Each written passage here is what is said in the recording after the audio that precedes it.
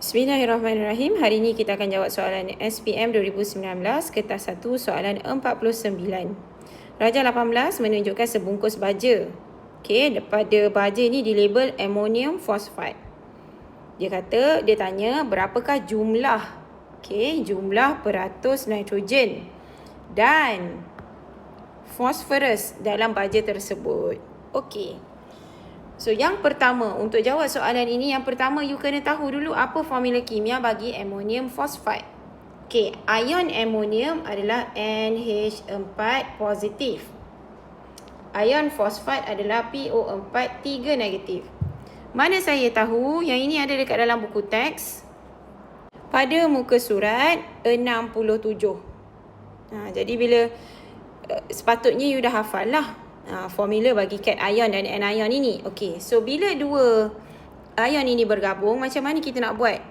Okey, so petuanya adalah kita salin semua huruf dan nombor yang kat bawah ni, semua kita salin je. Nampak? Saya hanya salin sahaja. Okey. Nilai bagi charge yang dekat atas ni, nilai ni kita akan silangkan. So sebelum ini nilai bagi ion NH4 ni charge dia 1 kan. So kita tak 1. Tapi 1 tak payahlah tulis.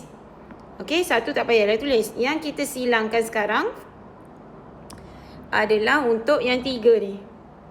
3 ni kita nak bagi kepada ion ammonium pula. Tapi kita tak boleh letak macam tu je sebab kita nak bagi the whole ion. So kita kena letak kurungan. So formula kimia bagi bagi ammonium phosphate adalah NH4 kurungan 3 PO4. Okey, so kita dah settle dah. Kita dah tahu dah formula kimia bagi ammonium phosphate. Sekarang kita nak tahu jumlah peratus nitrogen dan fosforus dalam baja ini. Okey, macam mana nak buat? So you boleh kira peratus satu-satu. Maksudnya first you kira untuk untuk nitrogen, peratus nitrogen dalam ammonium phosphate. Kemudian you kira peratus fosforus dalam ammonium phosphate. Lepas tu you tambahlah dua tu. Okey, mari kita kira. Okey, so ada 3 atom nitrogen dalam satu molekul ammonium phosphate ini. So 3 darab jisim atom relatif bagi nitrogen adalah 14. Okey, sebabkan dia nak campur juga dengan fosforus, hanya ada satu sahaja fosforus. So plus jisim atom relatif bagi fosforus 31 bahagi dengan ni. Okey, jisim molekul relatif bagi ammonium phosphate. So 3 darab 14 plus ni 3 darab ni. Okey, lepas tu ini 3 darab 4. 3 darab 4 apa?